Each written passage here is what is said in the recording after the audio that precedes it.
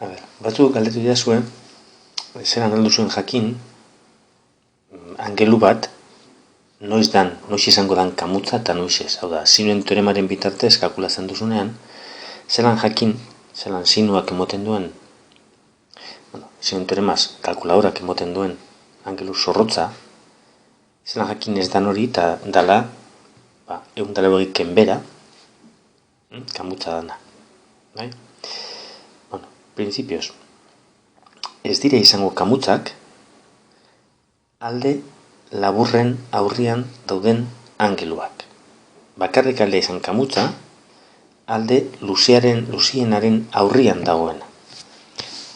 Ariketa honetan, behin kalkulatu ondoren A amenagatzen da moduan, dakogu A 11,7. Kamutza izan leken bakarra B angelua da. Beraz, sinuen teoremaren betartez kalkulatzen badugu B angelua, B, principios, kalkuladorak emango digu angelu zorroz bat. Imagina, horreta 2 grado. B angelua alda izan, hau edo egun ken bera. Bietariko bat alda izan, edo biak, segun zelako ariketan gauden, bale? Eta orduan, biekin jarraitu beharko genuke kalkulatzen beste datu guztiak, bale? Principios, hori ez gertatzeko, inoiz ez dugu egingo, jakinda,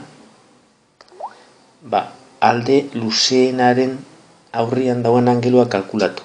Hasiko gara beti kasu honetan C angeluaz. Sinuen teoremaren bitartez egiten badugu, Konsinuen teorema erabiltzen badugu, ez dago arazorik. Vale? Orduan, alde guztiak jakinda, ingo genuke hau da, 11,7 zati sin 35 berdin 14 zati sin C, eta C kalkulatu ametik. C zorrotza izango denez, ez dago arazorik, eta justu hemen egin duen. Vale? Eta gero B kalkulatzen dugu, beste metodoaz.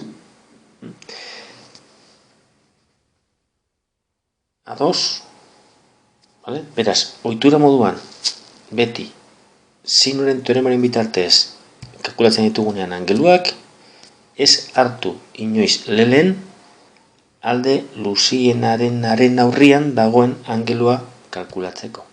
Vale? Kalkulatu beti alde laburren aurrian dauden angeluak.